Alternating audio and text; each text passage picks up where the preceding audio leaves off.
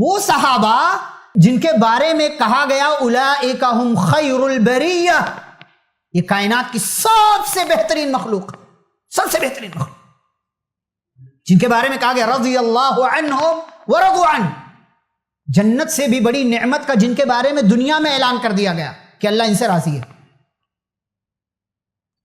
جن کا ایک لمحہ نبی کے سامنے کھڑے رہنا ہماری پوری زندگی پر بھاری ہے، ایک لمحہ، ایک منٹ بھی نہیں، نبی کے سامنے کھڑے ہو گئے، وہ ان کا ایک لمحہ کھڑے ہو جانا ہماری پوری زندگی پر بھاری، جن کے بارے میں پیارے نبی صلی اللہ علیہ وسلم نے کیا کہا تھا؟ لا تسبوا اصحابی، میرے صحابہ کو گالیاں نہ دینا، فوالذی نفسی بیدہ لو ان احدکم انفق مثل احد ذہبا ما بلغ مد احدہم ولا نصیفا، اگر تم میں سے کوئی احد پہاڑ کے برابر سونا بھی خرچ کر، احد پہاڑ کتنا بڑا؟ 6 کلومیٹر چوڑا ہے، 6 کلومیٹر کم از کم، اور اس کی اونچائی کا اور لمبائی کا اندازہ آپ لگا لیجیے، احد پہاڑ کے برابر سونا، چاندی بھی نہیں، کوئی اور سامان بھی نہیں، گیہوں چاول بھی نہیں، سونا خرچ کیا ہو کسی ایک صحابی نے، نبی نے نام بھی نہیں لیا کہ ابو بکر نے، کہ عمر نے، کہ عثمان نے، کہ علی نے، ایک صحابی، اور تم احد پہاڑ کے برابر سونا خرچ کر دو، کسی صحابی نے ایک مد یا آدھا مد، 600 گرام یا 300 گرام، کوئی معمولی سی چیز بھی اللہ کے راستے میں صدقہ کی ہے، تمہارا احد پہاڑ کے برابر سونا وہاں تک نہیں پہنچ سکتا۔ صحابہ کو گالیاں دے کے ایمان کہاں بچ جاتا ہے؟ من سب اصحابی فعلیہ لعنت اللہ والملائکۃ والناس اجمعین، جو میرے صحابہ کو گالیاں دے اس پر اللہ کی، فرشتوں کی، کائنات کے تمام انسانوں کی لعنت ہو۔ صحابہ اللہ کا انتخاب ہے، جو صحابہ کو برا کہے، جو صحابہ کو برا کہے وہ اللہ کو برا کہہ رہا ہے، جو صحابہ کو برا کہے وہ نبی کی تربیت پر انگلیاں اٹھا رہا ہے، جو صحابہ کو برا کہے وہ قرآن کی بے حرمتی اور توہین کر رہا ہے۔ صحابہ کو درمیان سے نکال دو تم ایمان والے نہیں بچتے۔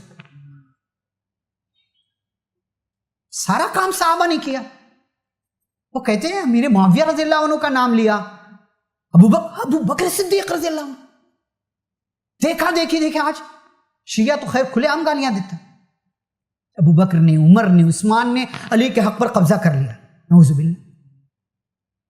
کہتے قرآن کے 40 پارے تھے، 10 پارے ان لوگوں نے چھپا لیے، ان 10 پارے میں نبی نے اور اللہ نے علی رضی اللہ عنہ کی خلافت کے بارے میں باتیں لکھی تھی، علی رضی اللہ عنہ کا تذکرہ تھا،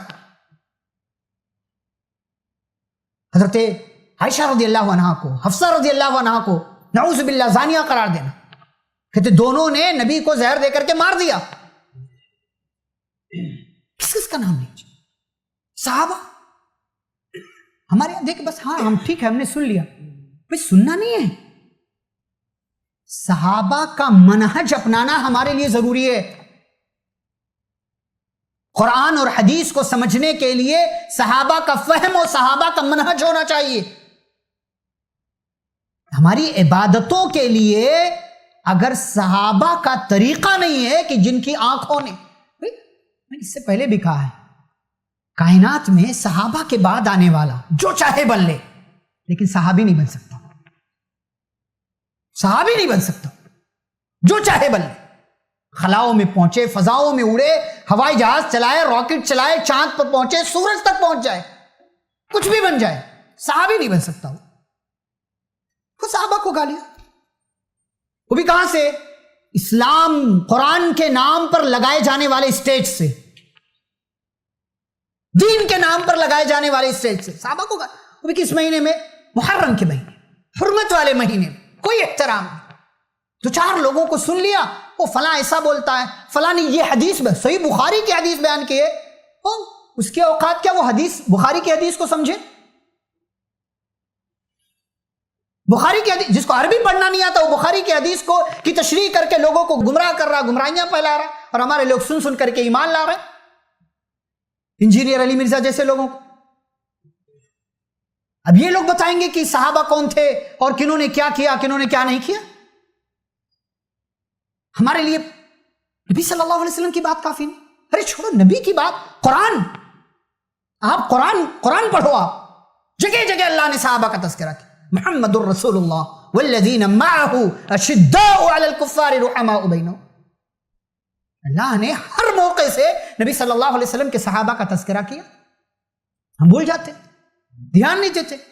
صحابہ کے بارے میں جاننا, صحابہ کا اللہ نے امتحان لیا اسی دنیا میں. اولئک الذین امتحن اللہ قلوبہم للتقوی, اللہ نے تقوی کے لیے ان کے دلوں کا امتحان لیا, ایک دم مضبوط پایا, ایک دم مضبوط.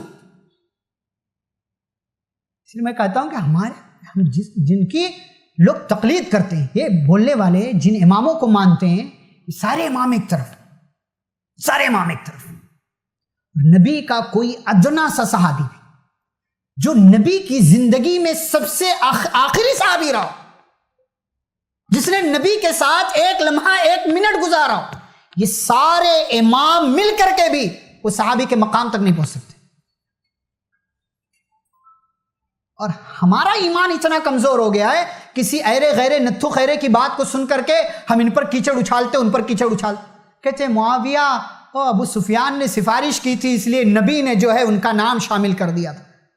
نبی ایرے غیرے تھے کہ کسی کی سفارش پر کسی کو کہیں شامل کر دیں گے؟ نعوذ باللہ. کہتے ہیں معاویہ ہدایت پر نہیں تھے اس لیے نبی نے دعا کیا کہ اللہم اجعلہ ہادیا مہدیا, اے اللہ معاویہ کو ہدایت والا بنا دے. لیکن تمہاری یہی دلیل ہے کہ نبی نے ان کے لیے ہدایت کی دعا کی, تو نبی نے تو نماز میں پڑھایا نا اہدنا الصراط المستقیم, اے اللہ سیدھا راستہ دکھا. تو نبی سیدھے راستے پر نہیں تھے. نعوذ باللہ. کسی چیز کے لیے دعا مانگ لینے کا یہ مطلب نہیں ہے کہ بندے کے پاس وہ چیز نہیں. اس مہینے میں, حرمت والے مہینے میں, مسلمان اپنے آپ کو مسلمان کہنے والا صحابہ کرام کو گالیاں دیتا ہے, ایسا بندہ اسلام والا نہیں ہو سکتا, ایسا بندہ ایمان والا نہیں ہو سکتا. ایسے ہی فائدے مند اسلامک ویڈیوز دیکھنے